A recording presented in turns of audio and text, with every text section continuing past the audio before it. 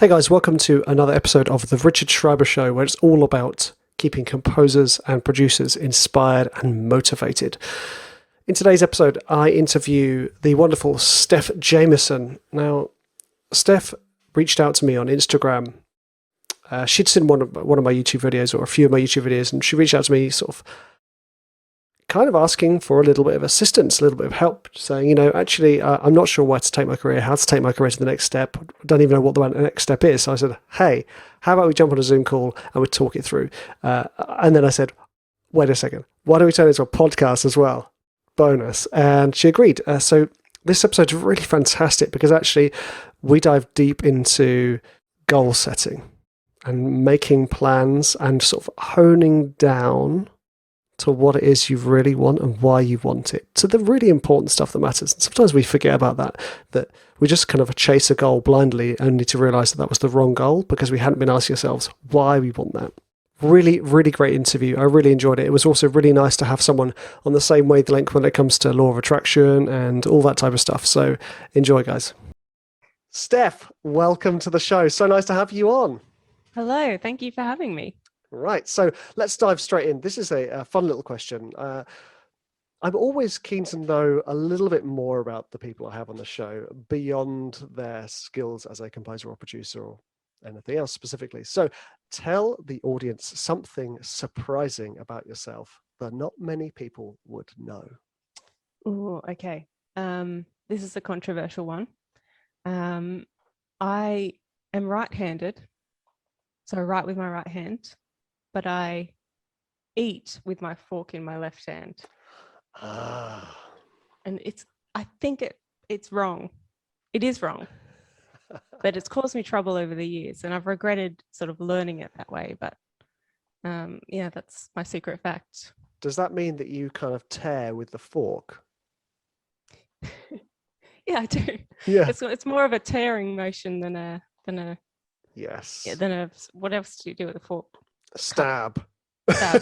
Yeah. Food, of course. One of my dear friends from university, she does the same. So she's right-handed, and she switched them around. And the way she would eat would be, kind of like this. She'd just kind of hold the food with the knife and kind of like drag the food with the fork. Yeah. So you've witnessed this phenomenon. I have, yeah. So the moment I've never seen it in anyone else. Okay, yeah. There we go. Yeah. Two very special human beings on the air. There we go. Okay, so let's talk about you and your career. What's your proudest moment of my career? Yeah. Or of my life? Of your career. Well, it's not musical related, so that's okay? No, don't do it. This is the nice thing. Yeah. Like, although I've specified career, like I'm just interested to see about the highs and the lows. Okay, we'll get to the lows later. Yeah. We'll start with the highs. Well, I've been working in international education for the last 5 years. I've actually just left my job this year. But before that, I was working in international education at the university near my house. And we ran a global leadership program.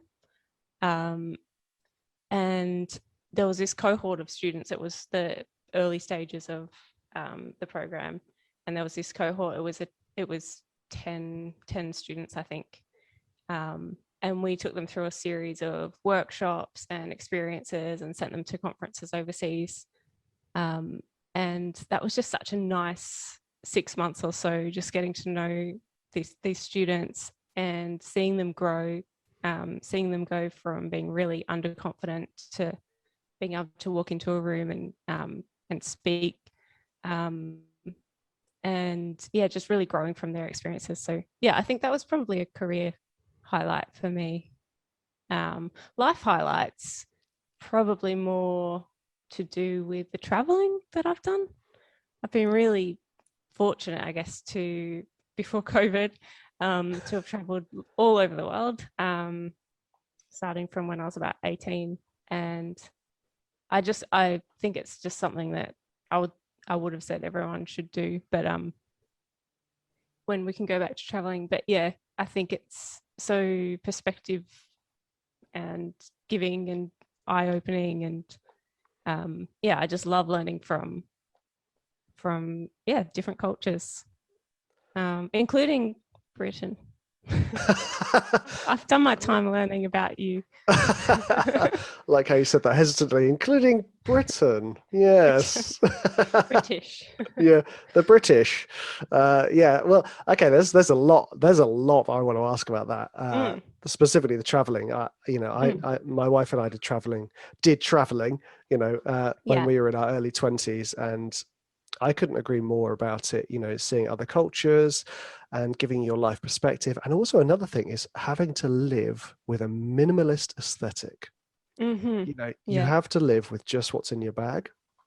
Yeah. And I loved that. I almost missed that, Really? I don't miss the stinky sandals, but the having 2 t-shirts, 3 t-shirts, and it not being an issue. It just being like, yeah, this is it.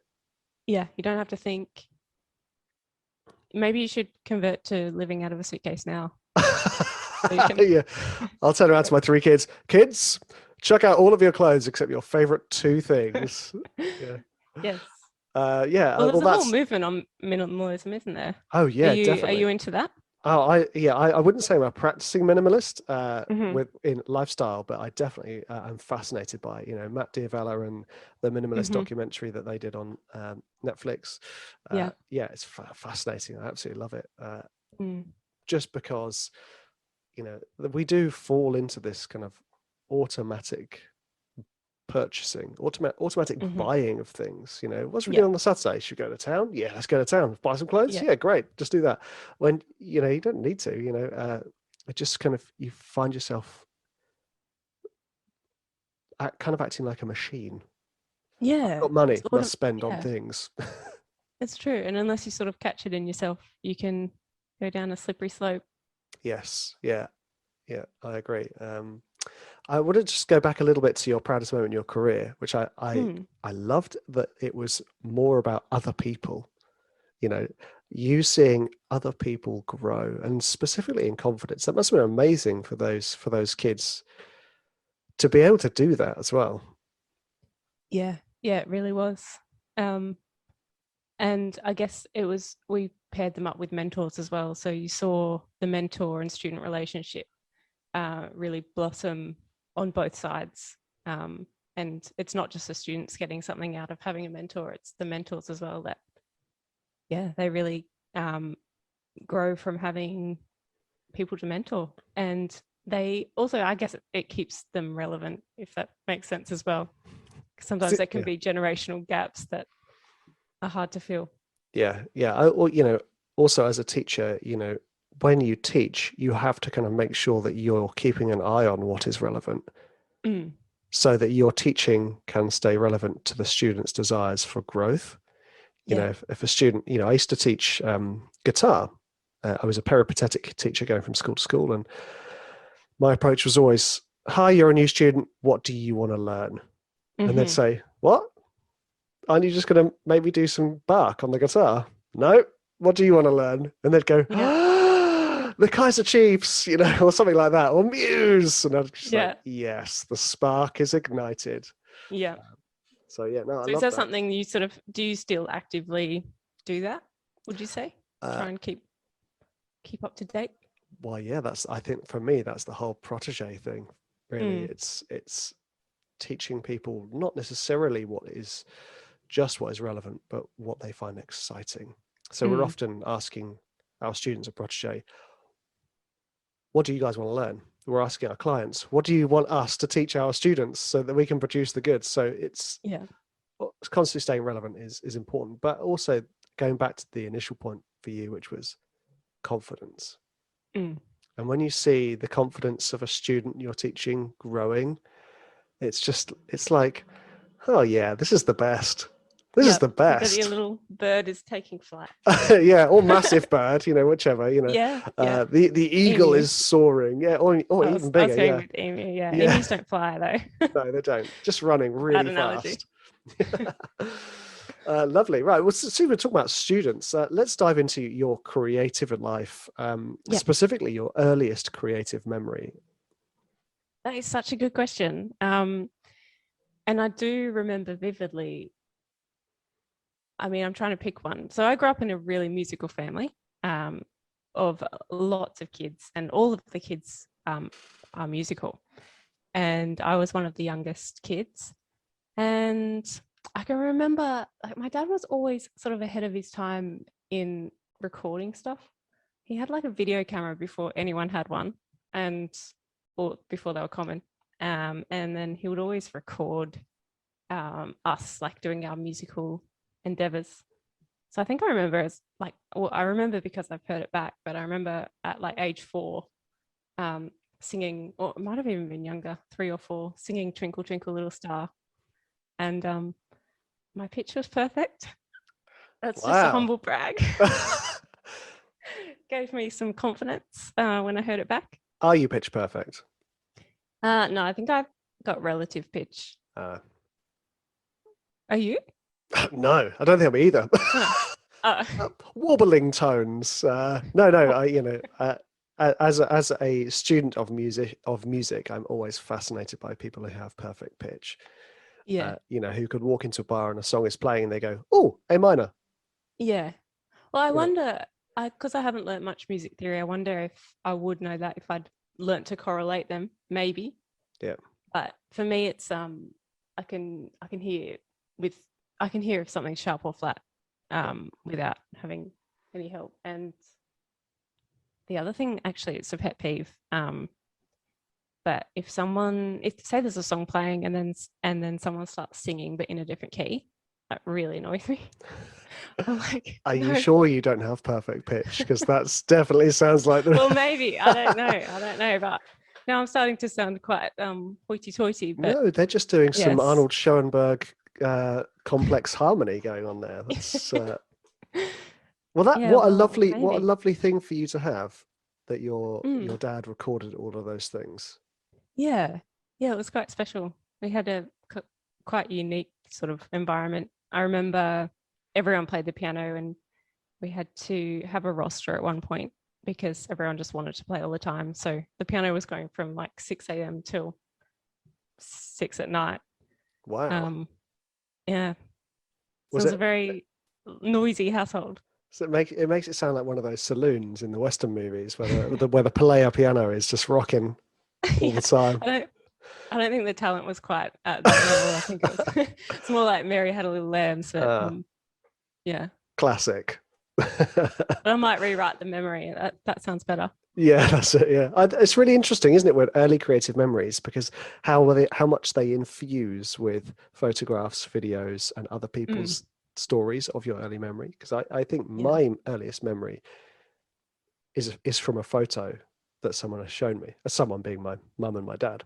But I'm not sure whether that is actually my earliest creative memory. But because they've shown me the photo and I know it was before anything else, I go, well, that was obviously it, So I mean, can you think of one that was that the same for you, or was that you singing Twinkle Twinkle Little Star? Was that you? No, that's probably imposing the memory. The actual memory would be, I remember when I was 7, my older sister teaching me about chords, and she said, so like hit one note, like she just taught it really well in a moment of genius, which I should thank her for someday. And she said, one note sounds good, and then 2 notes sounds better, and then 3 notes sounds even better, and then if you put this bass on, it sounds even better. And however she was sort of phonetically showing me, it just really made sense. And I think shortly after I composed a song on the piano, it was very simple, and I still remember it. But yeah, that was probably my first composition. Nice. See, that's a lovely memory.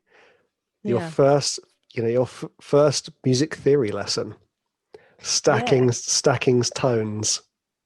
Yes, hidden within just someone being nice. Yeah, not a school setting.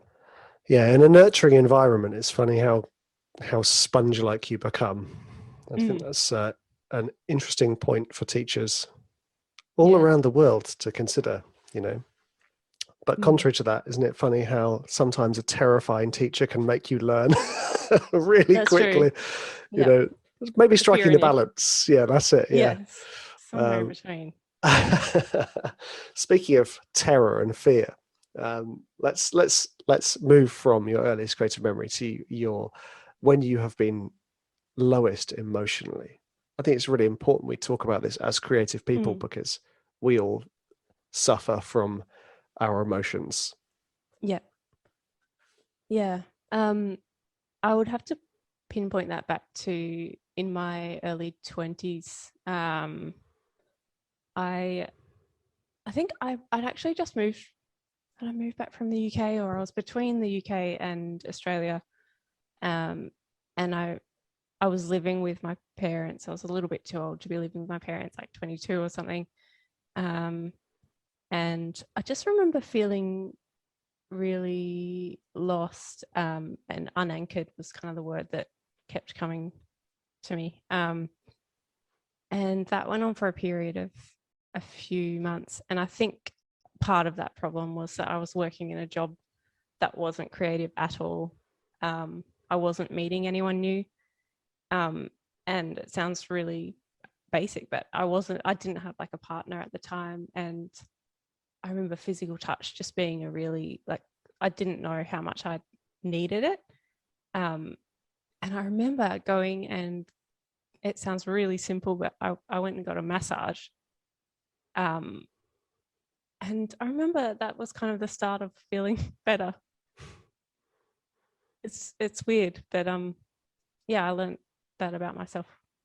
It's not weird at all. You know, the things you're talking about are those things that affect us so deeply. You know, closeness, whether it's physical or emotional closeness, you know, intimacy is so important, I think, you know, feeling loved and looked after. Yeah. And also the other aspect, if you didn't have a creative outlet at the time, you know, I know for a fact when I am not letting the creativity out of me, it almost bungs up. Stews. It stews and bubbles. You know, yeah. Exactly. No, it's really interesting, isn't it? You know, how.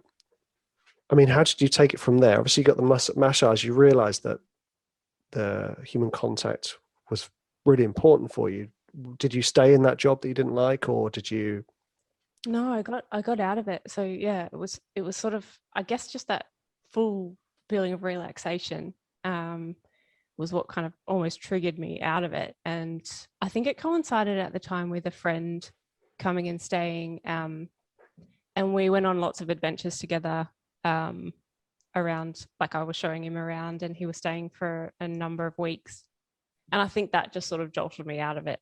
But that had accumulated over a lot of months. And I think that, yeah, the job was a big part of it. And just like, I think it was probably loneliness at the end of the day, which is not a nice feeling for anyone. And I think, especially at the moment with lockdowns and things like that, Australia's currently, well, in New South Wales, we're in a lockdown. Is that number 6, number 7? Oh, yeah, we're actually only in number 2, but some cities have been, in a lot more. Yep. But yeah, it's quite an extended one. We've been in lockdown for a couple of months. And I think I still draw on that experience in my life back 10 years ago when, and now I sort of can regulate a lot more. So yeah, having creative outlets now has been amazing. Did you find any way to get out of that feeling of loneliness? Because, you know, as composers and producers, we're pretty much on our own all the time. Yeah. Yeah. And that's what I sort of fear about that sort of lifestyle that composers sort of lead, because I'm not there yet. I'd like to be there, but I do worry that it becomes a little bit lonely. I've forgotten your original question, sorry. That's all right. We've gone off the original question. We've gone way off. But that's the best, when you go off the original question. You're just on a tangent. The original question was lowest point emotionally, where you talked about being in an unfulfilling job. You know, you're creatively stifled, and you pretty much just felt alone. Yeah. We were talking about ways to get out of that loneliness that you found? Yeah. Yeah. Yeah. I think as well, like it's probably reaching out to people. And then I think that when I truly came out of it again was a few months after that when I went traveling again. So that was a big thing for me. I went to America with a few friends, and I remember thinking actively, I haven't said wow this much for a long time. Wow, wow, wow. Yeah. Like the Statue of Liberty, wow. Yeah, that building from Ghostbusters. Wow. But that's I'm the. not But sorry, go on. yeah, I'm not sure how much I was actually saying wow, but I think just feeling that sense of newness again. Yeah, I think that's so important. So important. It's so overlooked. For creatives. I think for everybody actually. But I'm specifically talking about sort of how we can use creativity in our life in a kind of like a holistic cuddle so that we can be the best people we can. That was a beautiful sentiment, by the way, Richard. Well done, thanks. Holistic cuddle. That's going as a quote, I think. I think it's really hug, yeah. Holistic hug would have been better. There we go. Yeah. I'm not a copywriter or a Okay. public speaker for that matter. I think it's really important, that newness, Yeah. that sense of adventure. Yeah. You and I talked yesterday about Bo Miles, that Australian YouTuber, and how all his stuff is about adventure, and he's specifically talking about bringing adventure to his everyday life and in his immediate vicinity. I think that's really important. Totally. Although I have to say, my husband was inspired by Bo Miles, and he decided to do the marathon. The 24 miles in a day. 24 miles. So he did a half marathon, and he documented it, and he did tasks in between. And then for a week later, he hadn't trained, so his feet were just very, very sore. Oh, no. It's just a cautionary tale. That's the problem when someone like Bo Miles, who seems to frequently do 45k runs, does a marathon, you go, oh, that looks quite easy. A mile a day, a mile an hour. Mate, I love that video. That video is immense. So hats off to your husband, even for doing the 12 miles. I think, a 5k would have done me. 5 hours is enough. Yeah. Yeah. Oh, amazing. That sense of adventure is so important. I mean, did you, apart from traveling, is there any way you've kind of infused that into your life? I think, as with any bad experience, you kind of don't want it to happen again. And you're not always in control of that, because circumstances can really knock you around a lot. But I think I always think, I've got to stay connected, stay talking to people, and just trying to find ways of opening up your world, even if it's not something obvious, but there's a lot of different things that you can do to learn. And especially as creative people, I think a lot of creative people have lots of different interests. So whether it's sort of translating some of your current skills into something else and pivoting a little bit. Yeah. Awesome. So pretty much bringing the sense of adventure and newness through learning. Yeah. Awesome. Exactly. Yeah. How about for you? Does that ring true for you? Yeah, I did. Yes, it does. I did a course at uni that was, it was a visual diary. So you keep a visual diary of what you do each day. Loved it, and one week our tutor set us this task of doing something new every day and documenting it. And it was so much fun. Yeah. So what kinds of things? Oh, I didn't do anything that exciting, to be fair, but like I blindfolded myself for a few hours and walked around my house trying to do my normal tasks blindfolded. That's great. I know. What were the other things? For some reason, I can only remember the things other people did. So one guy went and did campanology. So he went to a church and rang the bells. Another girl did bingo for the first time, but I just remember blindfolding myself, which admittedly isn't the most exciting thing, but it was it was definitely new. Sounds borderline tormenting. Yeah, yeah. It was just interesting. I think that's the important thing. Like, yeah, exactly. Yeah, bringing play as well as yeah, newness. yeah, and it doesn't have to be something really serious. Yeah, No, yeah, having fun. yeah. I think going back to the loneliness bit a little bit, that's one of the reasons I enjoy these podcasts so much. Mm. Getting to speak with other creative people in an informal way is so nice. Yeah, You go, oh, I'm not the only one who gets sad, or I'm not the only one who struggles with this, or it's absolutely, yeah. I think I've told you before, but I recently left my full-time job to do a creative business in videography. But one of the things that sort of got me towards that path was I went to a talk by someone who'd started a creative business, and her main message was find your people, and that just really struck me. And I sort of thought, I don't think I'm with my people currently. And you can find yourself in all sorts of jobs and places where you're not quite gelling, but you don't really know it. But it was kind of a wake up to me, and I just thought, I think I should be doing something different with my time.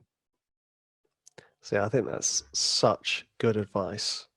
I mean, that's good advice generally, but also for your work, it's so important. With lots of businesses, they talk about sort of finding your niche, and finding your ideal clients, and I think it's so important that you visualize and imagine who those ideal clients are and who those ideal contemporaries are as well, and I have to say, me doing a podcast has been like almost magnetic. Like, all the people who listen to my podcast, because I talk about the things I talk about. So I don't just talk about trailer music. I talk about, this in my other podcast, by the way, the Trailer Music Composers Podcast. It's a bit of a mouthful. I talk about, energy healing. I talk about law of attraction. I talk about, anxiety and depression. I talk about, and it's filled with terrible puns. So because of those sort of things, it's enabled me to, the people who kind of reach out to me, they were like, dude, I feel like I know you. Let's go for a drink. Yeah. Yeah, I had that. I think I had that feeling about you too. Well, that's awesome. You must just be the guy next door, is it? Like, yeah, that's it. Yeah. Just the chatty chap that's next what you door. Want to be. Yeah, no, but you have a lovely sort of open quality, and I think, as you said, when you're talking about things that you're passionate about, you'll naturally attract people that are passionate about the same things. Big time. It's amazing. I think it's great. Yeah, I agree. It is great. It's amazing. I think, and I love podcasts for that, like, because people sit and listen to the whole episode. YouTube's a different beast altogether. But podcasting is great because everyone gets to know you as a person and gets to trust you, and it's lovely. It's having done some of I don't do a lot of the project interviews, but I've done a couple of them, and it's nice because they're all like, hey, it's you.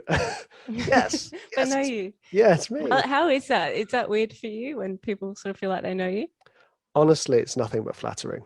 It's lovely because they get my sense of humor. So the likelihood of me cracking a joke that bombs is, you can say anything. Exactly, pretty much, yeah. Because I crack misplaced self-esteem. Yeah, misplaced. That's it. Yeah, not to the detriment of my personality or ego, but it's just very nice. I often test people with humor, just so I feel safe. And if I don't test them with humor, I test them with being excessively open. Yes. I like to be very open. I like to be very open very quickly. And like that for me is like the litmus test. If you can handle my humor and me being very, very open, we're going to get along. Yeah, that's it. Yeah. No, I do the same. I think it's a great way of getting to know people quickly. And if you're not going to be vulnerable to some extent, then what's the point?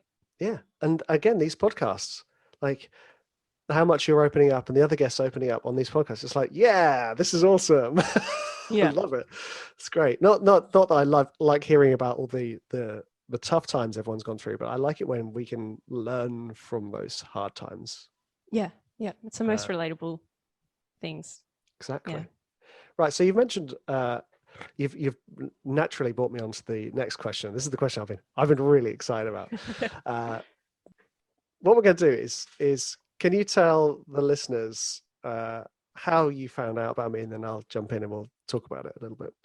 Yes. So I was just innocently scrolling through Facebook one day, sunny afternoon probably, and this trailer music course popped up in my ads, and I was just really intrigued straight away because I think the wording on the ad is, did you know there's a whole like a bunch of people who were making composing trailer music trailers full time and making some good mint from it. Something that's a paraphrase. Yeah. And yeah, so I was really interested. I sort of have been dabbling in like instrumental music and things for a while now, and I started to just check out what you were talking about. Basically, did a deep dive on Richard Schreiber. So yeah, that's how I found out about you. Fab. Okay, so I'll take it from here. So then Steph messaged me on Instagram, just saying something along the lines of, really enjoying your content. I'm at this point in my life and my career. Do you have any advice? And me being the person I am, I was like, ooh, exciting. So I then messaged Steph to say, actually the most important part is this. And and the thing I often say to people who ask for my advice is to be clear on your intentions and to be clear on your path, or at least the point to which you want to be. And this is where we get to talk about law of attraction. Yeah. I know nobody's rolling their eyes in the audience because everybody is on the same page. That's it. That's the important part. So I asked you, Steph, if you could put together kind of like a very, very detailed 5-year plan. Now, I've done this on numerous occasions, and it's almost shocking how accurate those, I say, predictions have been. I've sat down, got quiet for a little bit, and just written, what do I want my life to look like in 5 years? I'm not talking about like awards and income. I'm talking about like day to day. What does my day look like? And I would write down exactly what happens each day, who I see, what I'm doing, what I can smell, what I can hear, what I can touch, all these things, being very, very specific. And, where I'm living, who's living with me, that type of stuff. Obviously, it's my wife and my kids. And it's shocked me when I've stumbled upon those 5 years after I've written them and gone, oh, this is like almost spot on. The one I did, okay, it was probably about 10 years ago, but maybe less than 10 years. I'd written about becoming a full-time trailer composer, where I composed for trailers in the morning, and in the afternoon I spend time with my family. And and I found it when I just become a full-time trailer composer, and I was like, oh yeah. So Steph, I asked you to write this. Now, how did that process feel? What did it look like for you? So it started out confused. I've got to be honest. I was like, yeah, I wasn't sure where to start with it, because I didn't know if music was going to be one thing that would really feature in 5 years. That was like my first roadblock. But then I realized that of course it would. But I put the padding around that, and just sort of imagined where I was going to live, and what I'd be doing and where I was up to.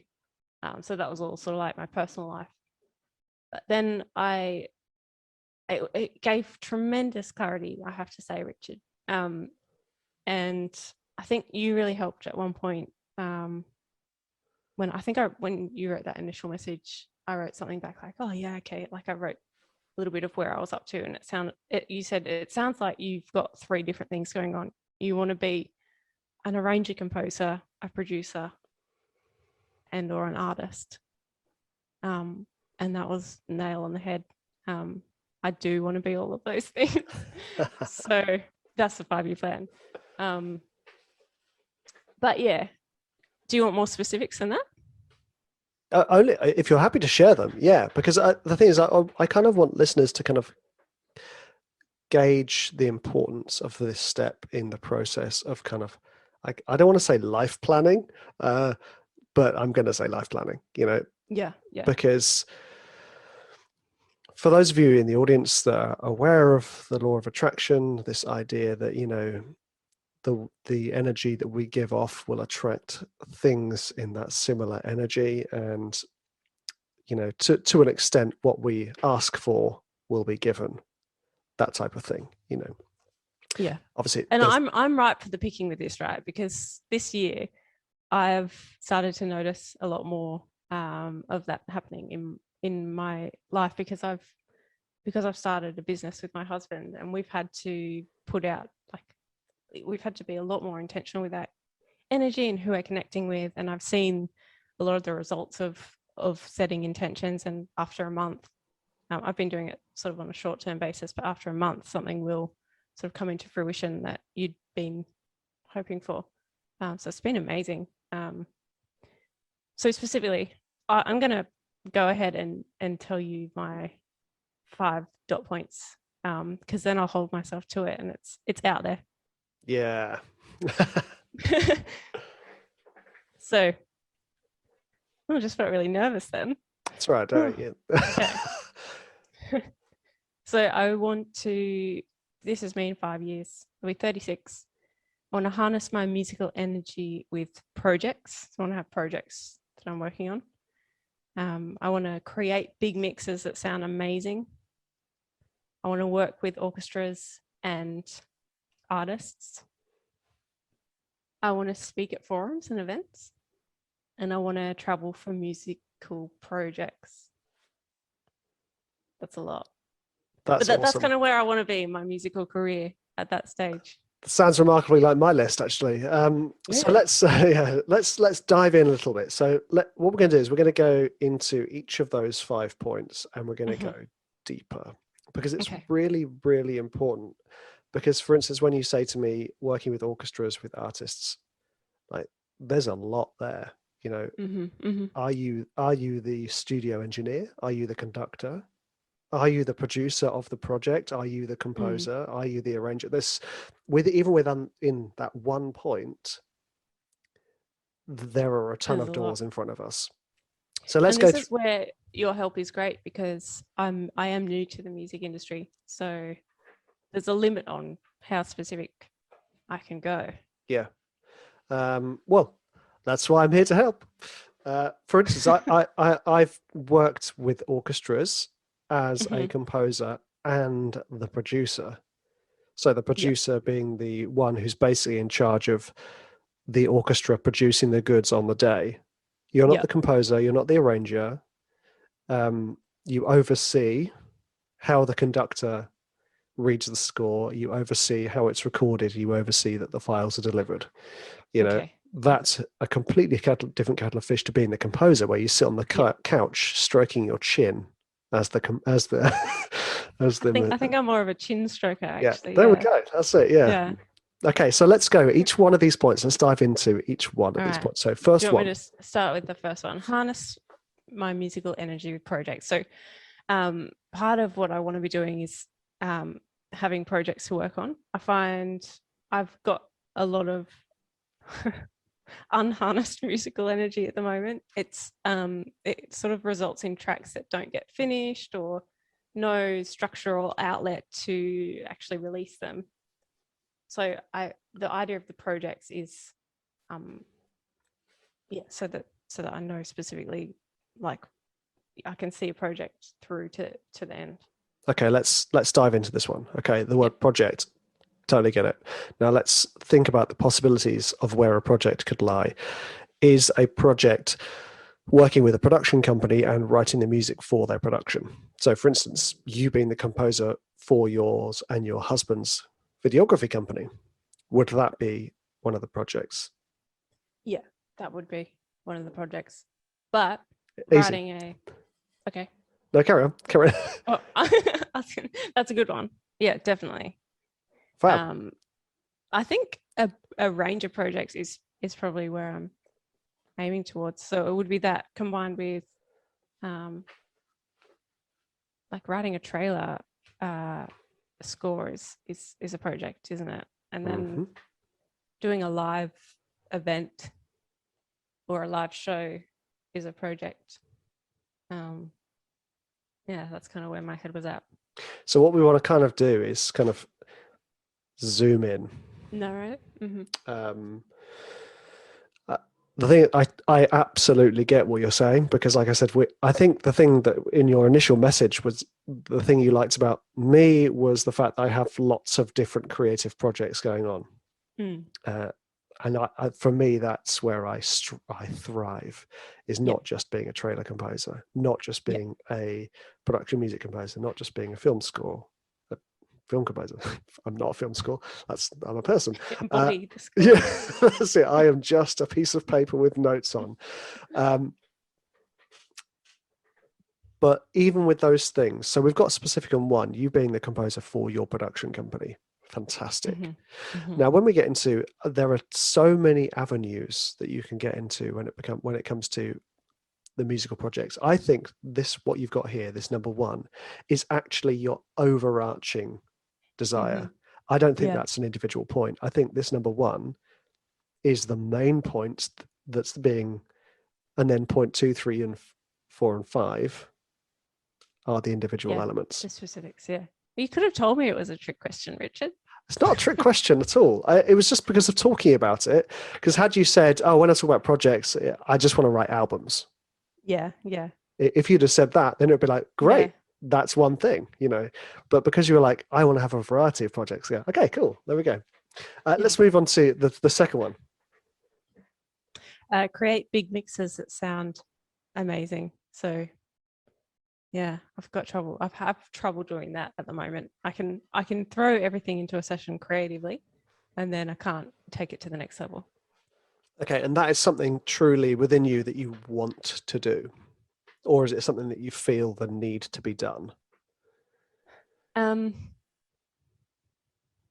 Well, that's a great question. Maybe it's more about having my mixes sound amazing, but maybe it's not necessarily me. So that's a really interesting one to get into, because it took me years to realize my desire to be able to mix and master beautifully was led by the fear, not the desire. So I was scared that I wasn't good enough, so I felt I had to do it. But when I realized actually it's because I'm scared that's making me want to do it. And so I always approached mixing and mastering cynically, almost with that, I'm going to mix this, it's going to sound bad, I can't do it. Whereas when I said to myself, I admire people who can do this, and there are people who can do this way better than me. And the thing that actually fascinates me is the sounds and the way those sounds form patterns and form these other things. And there is an element of mixing to that. But what I'm trying to get with you is it something you are really interested in? Because if it is, then that's really straightforward. That is just find a mentor or somebody who does a course in mixing and mastering and taking it. If it's something that there's a fear behind, because like similar to me, that I'm scared that I won't ever be good enough and that I haven't been trained in doing it, then maybe have a think about that. And I think you're 100% right. I think it's definitely fear.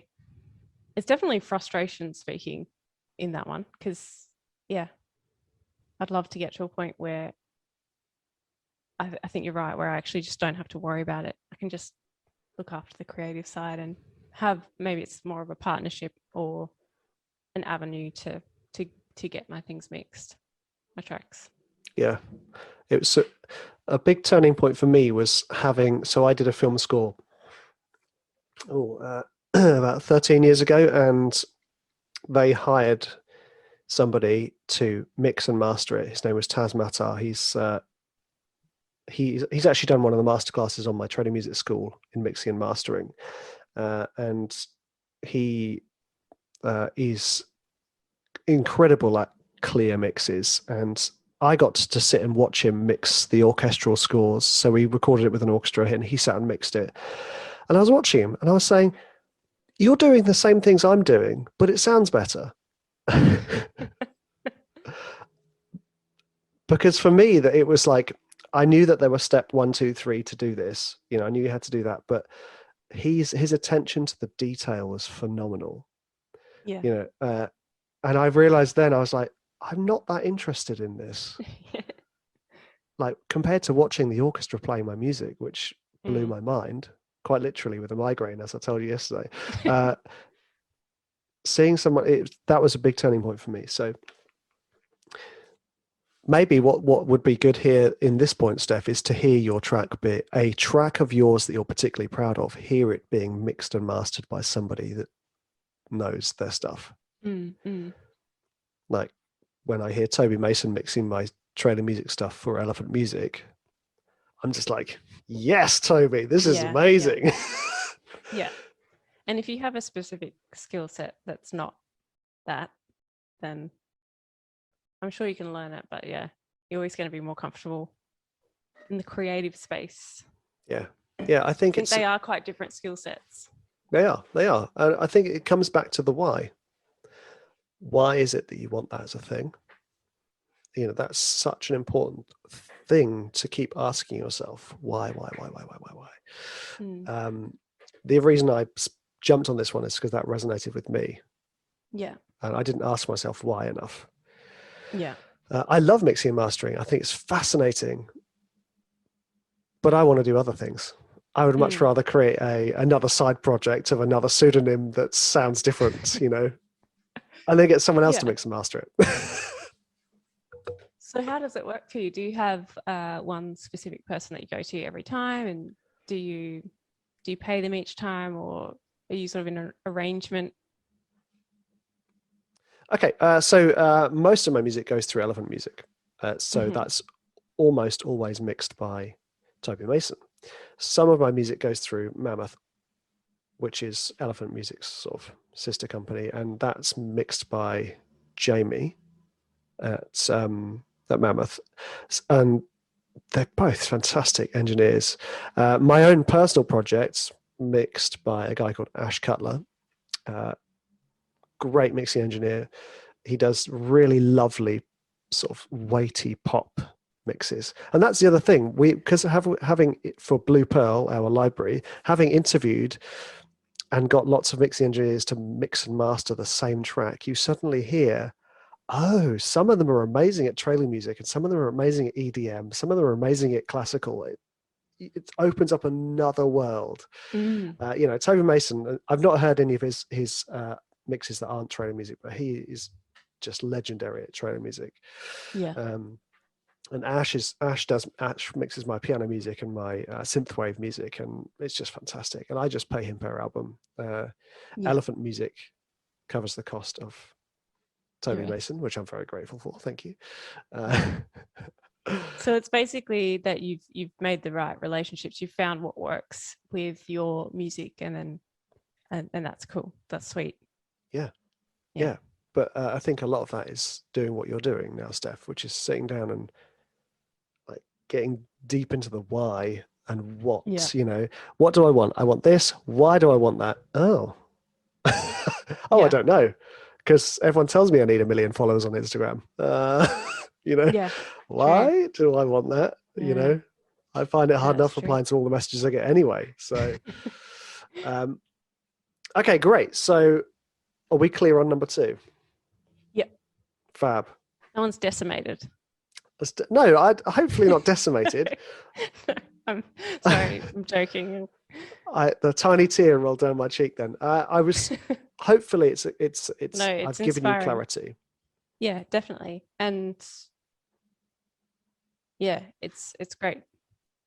Okay, the third one is work with orchestras and artists. Yeah. Okay. So what capacity are you working with them?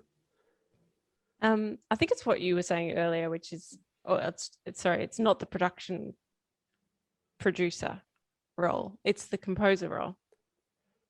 So I've either collaborated on a track or I've written something, but I think essentially what that's saying is having a range of musicians that I can work with to bring things alive. Yeah. So that's the first part, isn't it? The working with the orchestra and live musicians. What about the artists?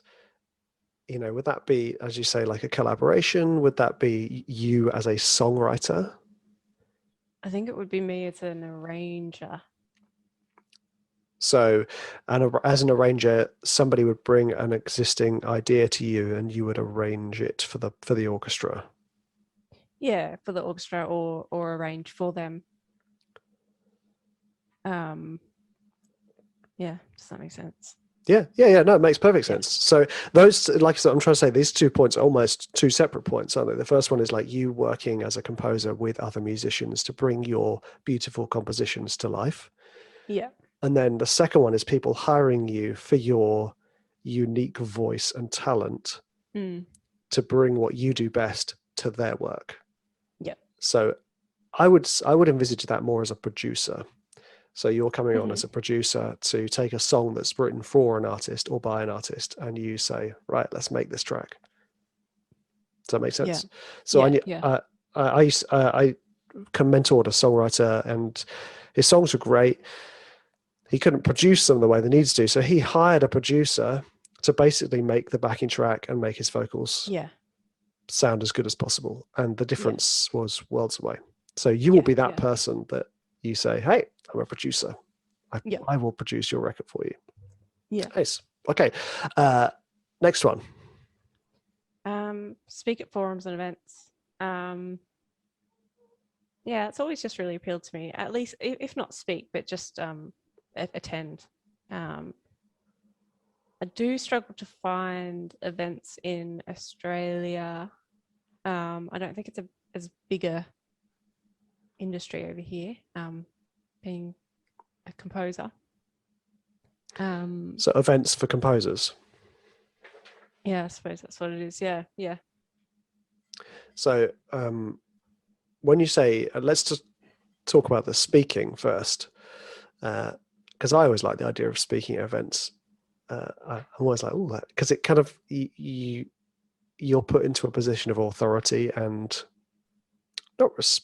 respect, I suppose, that you have something that you can give to the world. So what is it that you would be giving to the world in those speeches, in those talks? Well, I think speaking at something just means that you've experienced things. So in 5 years' time, I want to have really good experience as composer, producer, artist, and have something to give. Okay. I think that's probably the underlying. Sorry, I'm getting very excited. Now, what experiences do you want?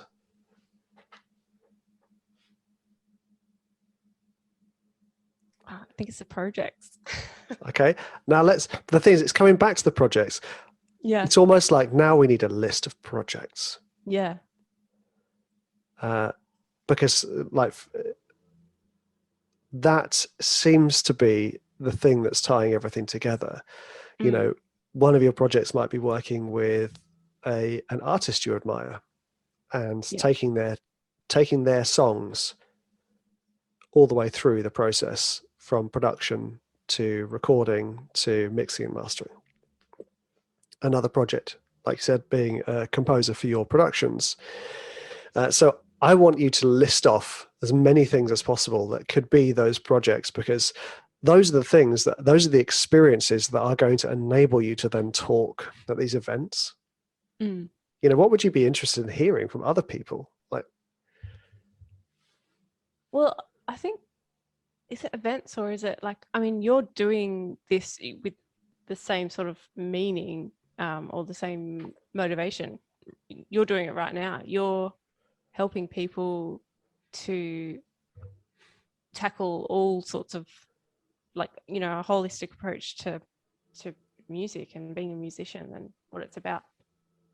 But you're only able to do that because you've got, you know, so much experience and you've been in the industry for a while. So yeah, I guess the short answer to your question is probably I don't know, and maybe that's something I need to think about and actually really nail into that.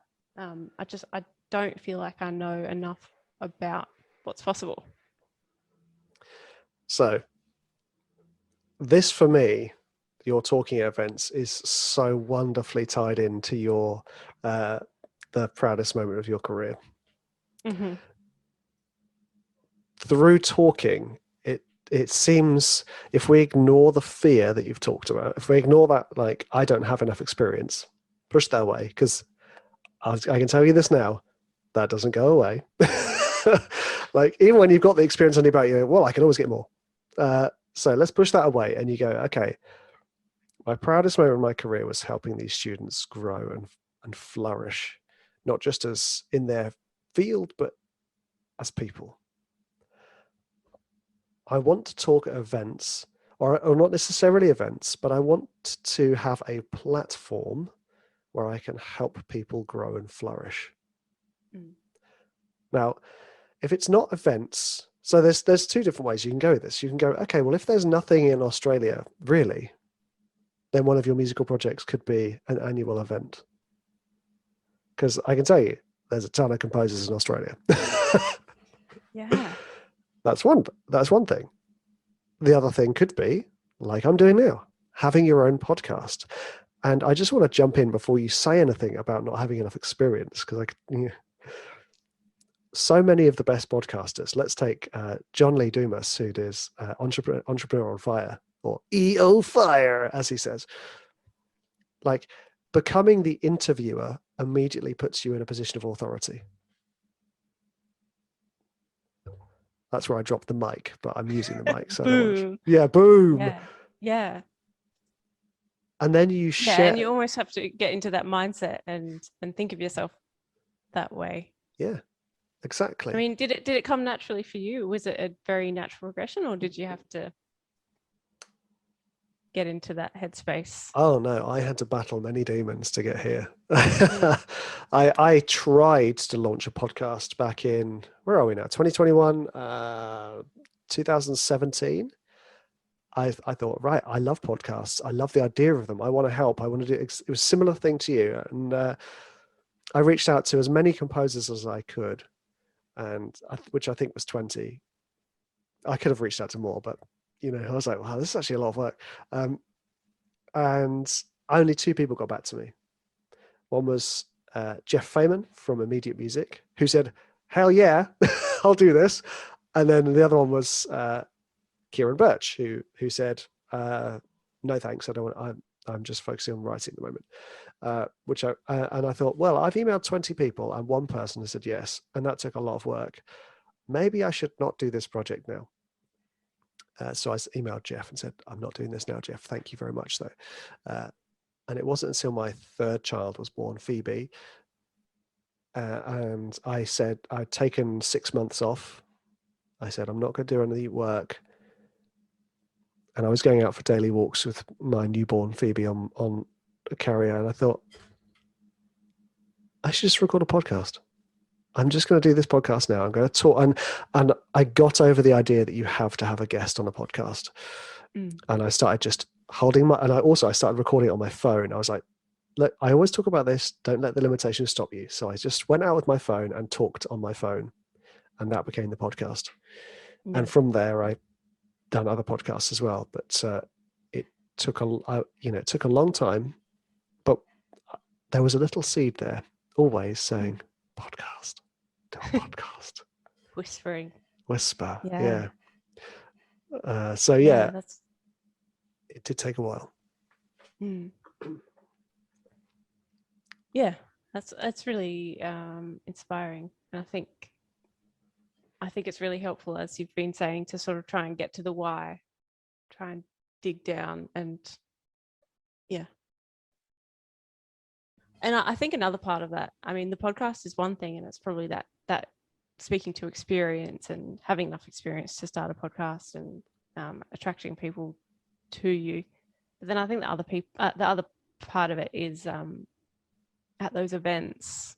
Like I was looking at one, I think it happened in 2019 in London, maybe. It was called Compose Her. Oh yeah. I was just like, that's amazing. It's I'd love to be part of something like that. Yeah, so so many ideas. Okay, first of all, if that was the thing that sparked a lot of it, you should reach out to there was the Alliance of Female Composers, AWFC on Instagram. There's so many wonderful things supporting women in music production and composition, which I think is fantastic, because women are not getting anywhere near as much space or time to talk about the work they're doing. So I think it's wonderful. There's what I'll do is I'll look it up in a second, and look into that and start messaging the people involved, because they're I've talked to a few of them and they're lovely. And in fact, actually, there's Xylo Aria runs the music production for women. I can't remember the exact name of it, and she's got her own podcast as well, and she's in Melbourne. So there's, in that side of things, there's loads of places you can go and reach out to people and start building that network. Do you think you need a purpose to reach out to people? Because I think that's what I haven't got yet. I don't quite know why I'm reaching out, and that often can fall a bit flat. I don't think you need a purpose. I think having spoken to many, many composers, the common theme about people reaching out is if they reach out genuinely as a person, usually based on a shared interest, perhaps, and just are there, then it helps. For instance, like you reached out to me. Okay, you may have had a purpose there, but it works. And I think, if there's someone you want to reach out with, just start commenting on things they put out, and people do get back to you eventually. I think sometimes you have to listen to those quiet whispers that say, I feel like I should be talking to this person. Yeah. Because that's where the magic starts happening. You've outlaid this beautiful plan here, Steph, and there's a little voice at the back of your head saying, reach out to this person. But they'll only say it once or twice. That little voice will only say it once or twice. Yeah. You'll just be like, reach out to them. You go, it's just my imagination. I'm going to ignore that. Meanwhile, your negative voice is just yapping away about what you're rubbish at. So reach out to that person and keep doing it, because what might happen is that person that you're reaching out to might be the enabler of one of those things. Yeah. Yeah. And I think I'm at the very beginning here. Like I've got virtually no musical contacts. So it's a little bit of a mountain to me. But it's just, I guess, about starting somewhere. And yeah. You have one sat here. Yeah, started. Yeah. Sometimes all it takes is one. Yeah. I did at one point in my career, I worked with lots of production companies, lots of library companies, and I think I spread myself quite thin. And then I read Tim Ferriss's book, The 4-Hour Work Week, and he talks about the 80-20 principle, where it's like, what 20% of your work is bringing in 80% of your income? Or what 20% of your time is bringing in 80% of whatever. You can apply this rule to anything. And I said, well, less than 20% of my work, which was Elephant Music, is bringing more than 80% of my income. So I turned around to all the companies I was working with and said, okay, I'm not going to work with you anymore. Or at least I stopped working with them. And that's when all the magic started happening, really. Yeah. So all it takes is one sometimes. Yeah. Yeah, well, I can already sort of start to feel the momentum growing, and it's really exciting. And And yeah, I have to thank you so much for taking the time to write back that first message, because you didn't have to. And I was really almost surprised when you did. But yeah, seriously, thank you for that. Well, you're welcome. I mean, admittedly, it's not an entirely selfless act. I don't think anything is entirely selfless, honestly, because even if you do it for for the good of another person, you still get a nice feeling. Yeah. So there's always something. But a spiritual teacher of mine had said that composers will reach out to you, and it's your duty to help them. Mm. So I said, okay, great. Yeah. So he reached out, and I was like, "Oh, help!" Yeah. Yay. Yeah. Yeah. And I think it's one of those things that you can just find the right people at the right time sometimes, and it's kind of what we were talking about before. Absolutely. Yeah, it's pretty amazing. And this ties in with the law of attraction, which I don't think we've really dived into, but the law of attraction being that you state what you want, and then the universe gives it to you, but it doesn't give it to you in the form that you necessarily ask. So for instance, let's say you want to speak at events about your experiences as a composer and producer, and you're waiting for an events manager to reach out to you and say, hey, come and speak to the events. But that doesn't happen. What happens is someone comments on a post on Instagram, and you reply, and you find out that, and you start talking, oh, you've got a shared interest. You both love Jeffrey Brown's graphic novels, for instance, which I do. And then, oh, this is great. Then banter starts talking, and then all of a sudden you realize, oh, and they say, oh, you want to speak events because my sister-in-law is an events manager for this company. And all of a sudden the network of events, you go, oh, it was given to me, but just not in the form I wanted, or at least not the form I could see immediately. Yeah. For instance, my friend Kieran, he on the podcast, he talked about, one of the biggest Australian music companies is Audio Machine, and their output's fantastic. Really high quality writing. It's almost all recorded live, and the mixing and mastering is outstanding.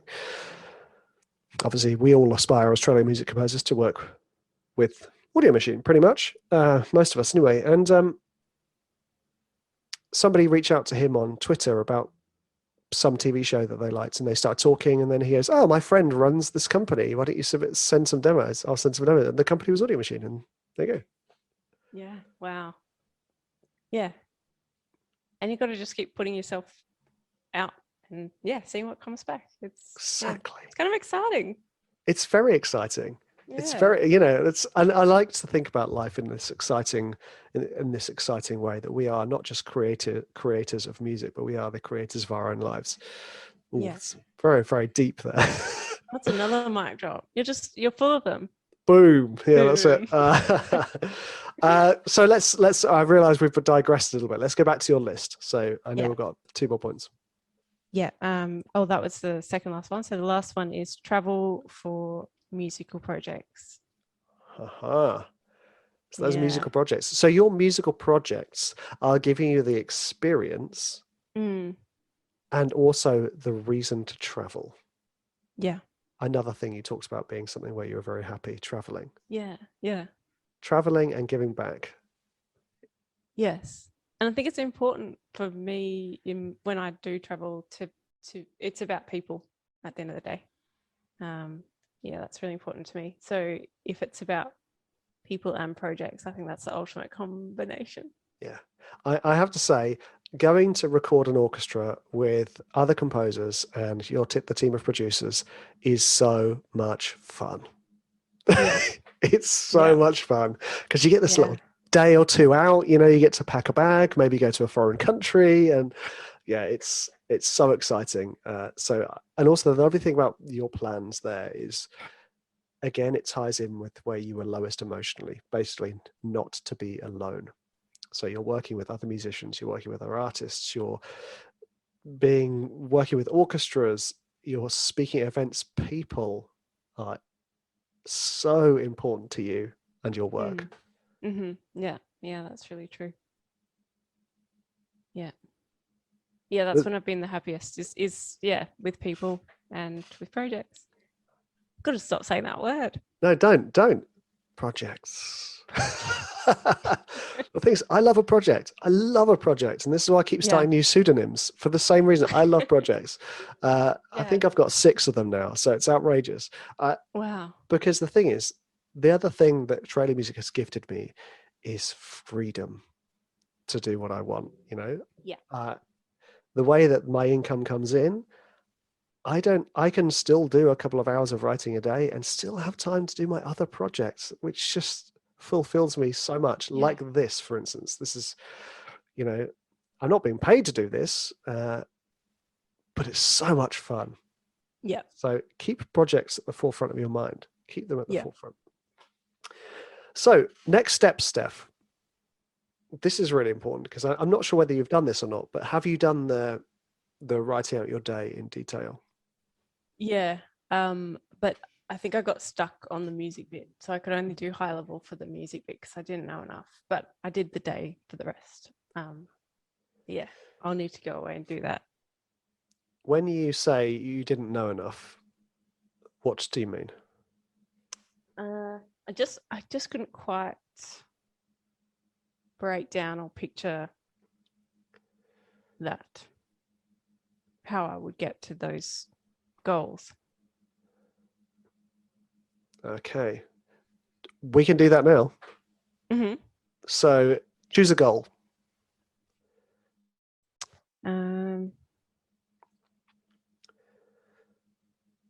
Well, let's go with work with orchestras and artists. Okay, it's a big one. Okay, so that was 2 roles, wasn't it? One was the composer, one was the producer. Which one are we going for? Yeah. Well, let's go with the composer with orchestras. Yes.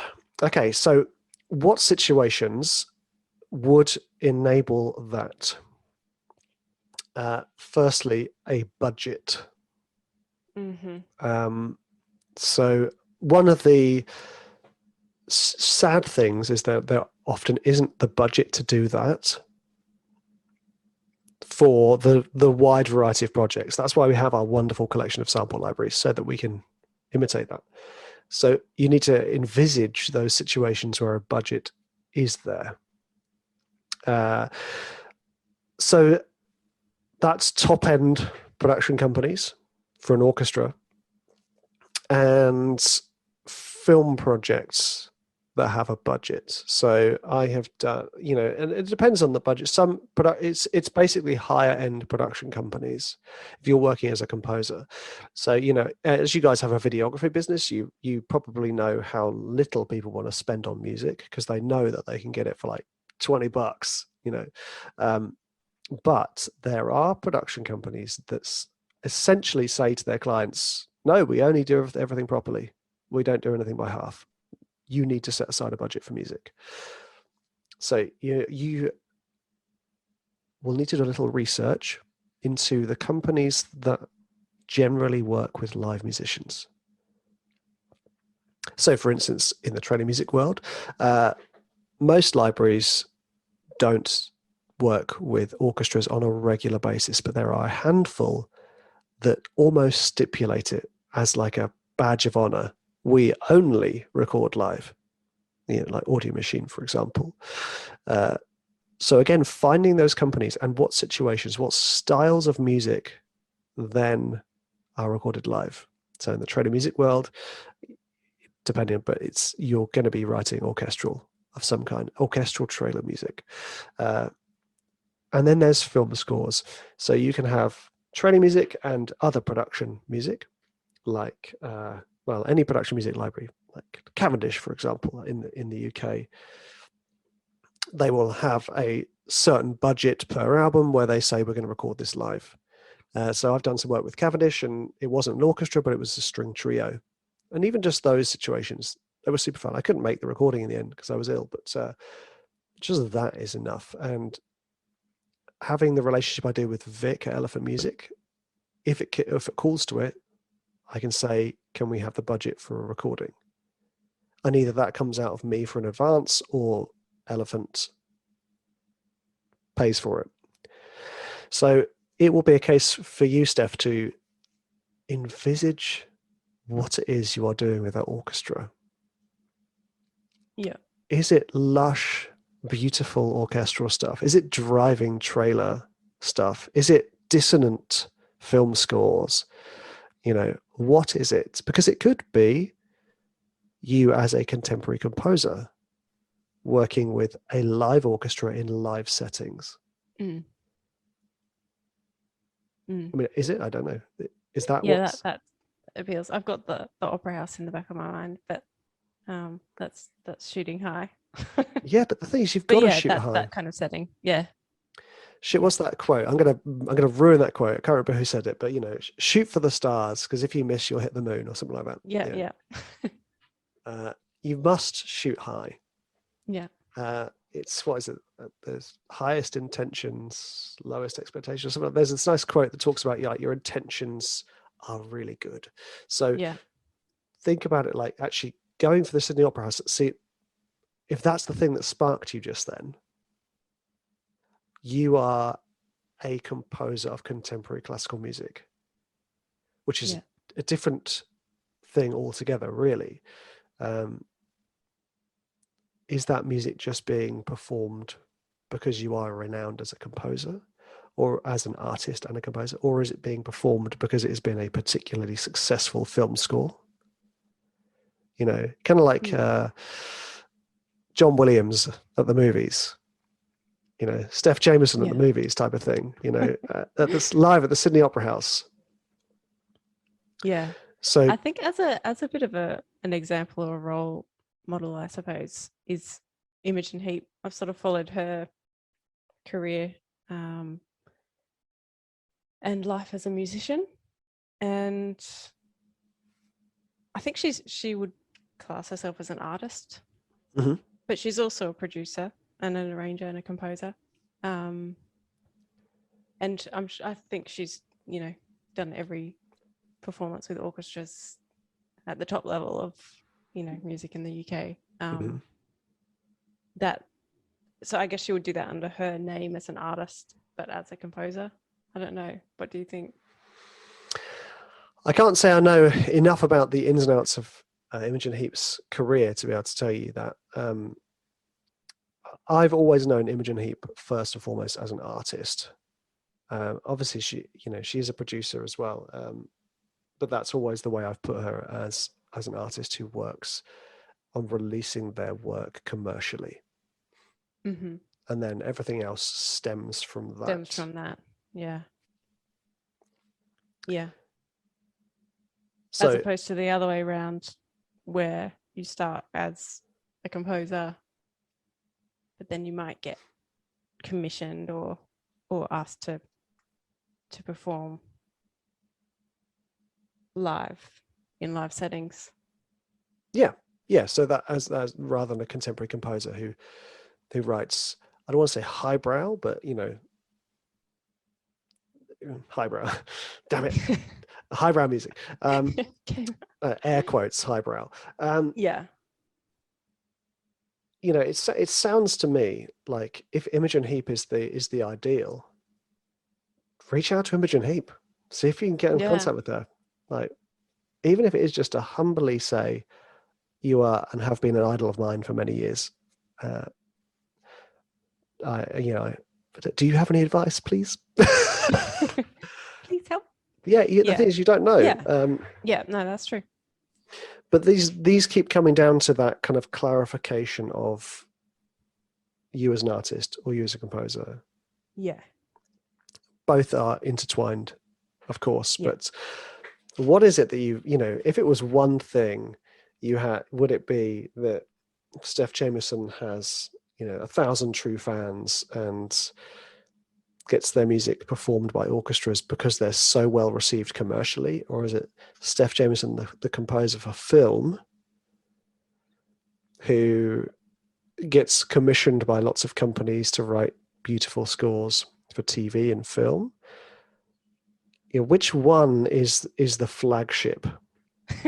they're both completely even. I honestly don't have an answer. That is an answer. Because there are artists who then get Johnny Greenwood, guitarist from Radiohead.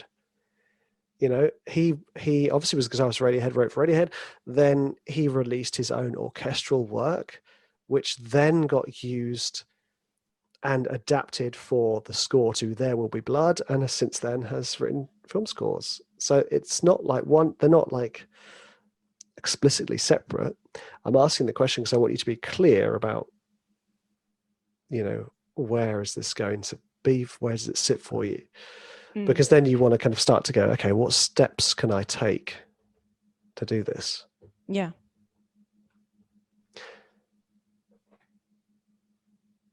Oh, yes. So what we need to have like a little plan of action for you, essentially. Yeah.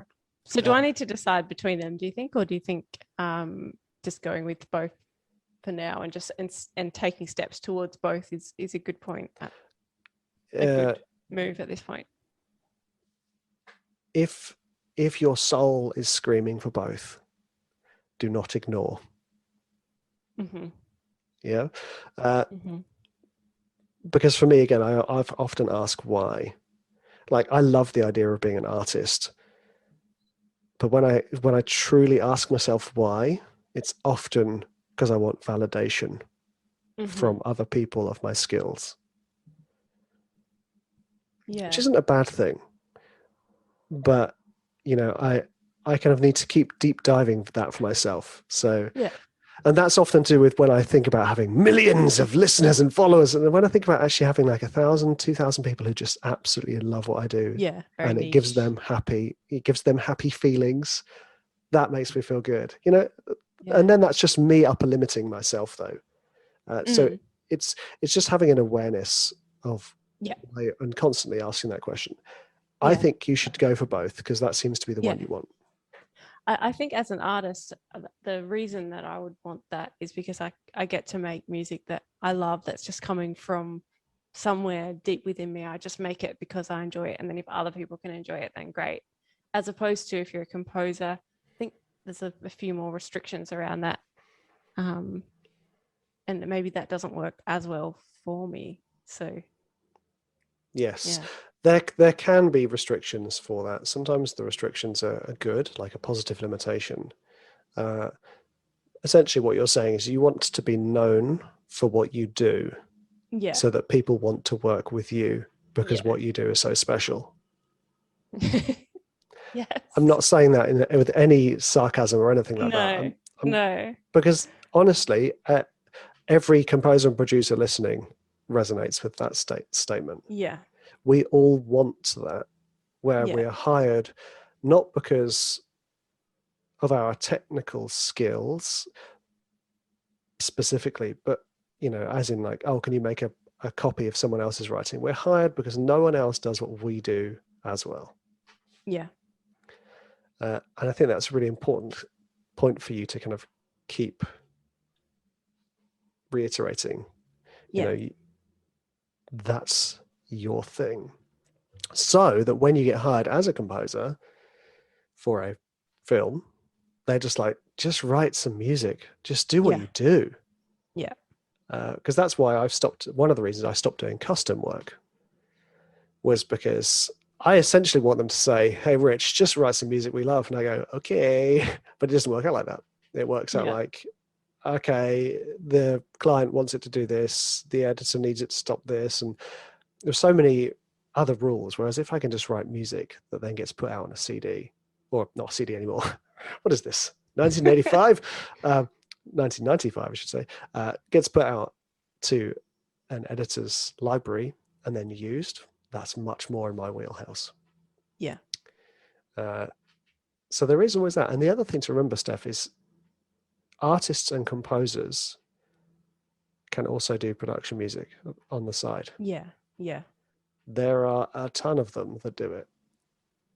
So that could always be an avenue for you, that you are the go-to for Steph Jamieson sounds. Yeah. With the library. Yeah. Yeah. That sounds good. Yeah, there we go. So it's kind of like your project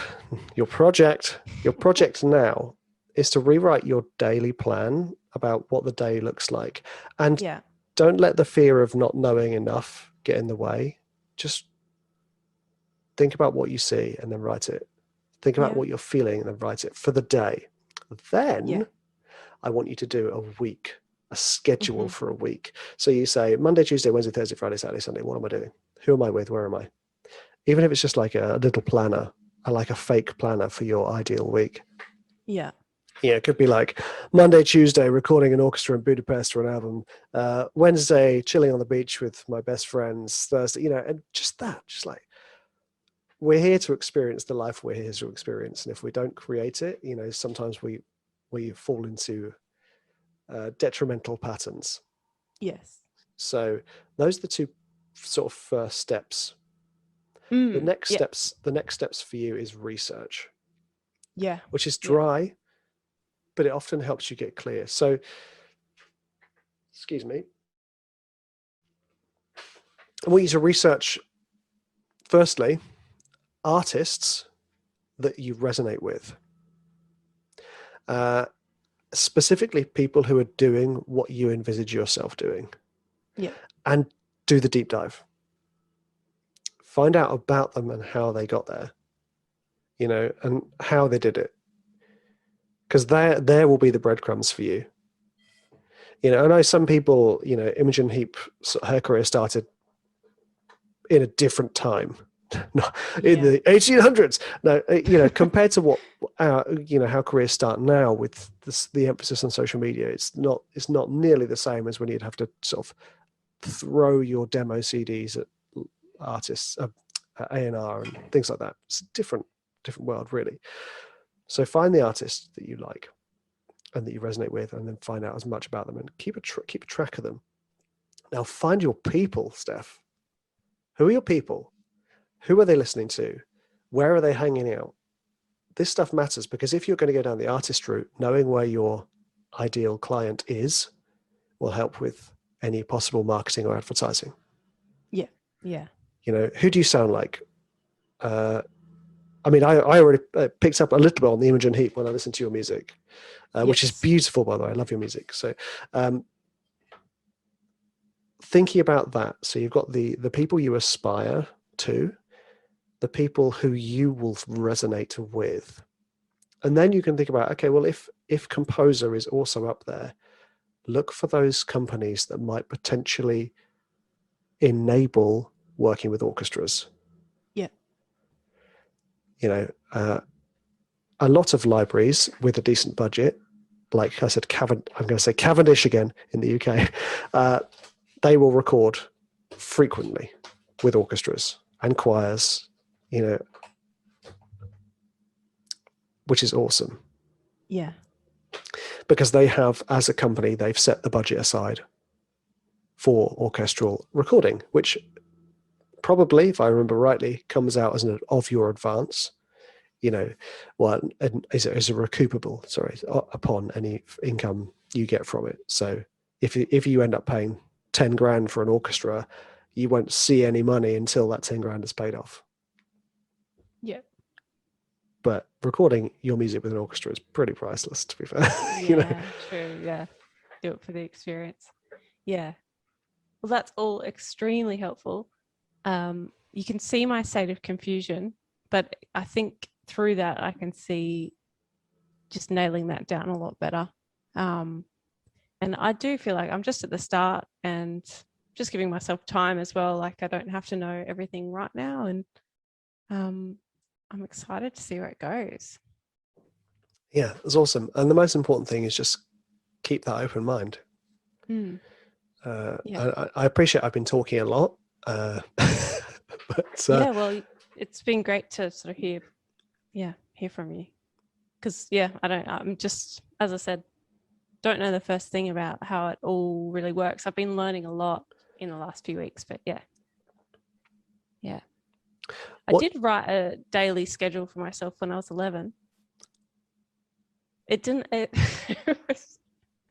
was for when I was 21, and none of it ended up coming true. So I'm not sure how good my track record is yet. Yeah, well, that's life. The thing is, don't allow that to stop you. It doesn't necessarily mean it's always right, but what it is that you're constantly diving into what you want from your life. Yeah, I think I have more of an idea now than my 11-year-old self Yeah, had I think I wanted to work at an ice cream factory. I don't think does that even exist? But it must. I guess somewhere. so, but it's probably not glamorous, Not very glamorous.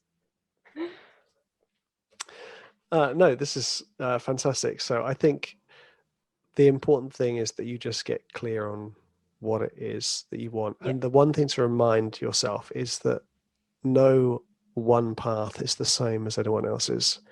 So when you say about not having an idea about how to get into it, there's no one way. Everyone gets in different ways. And this is the thing I've realized from interviewing lots of composers.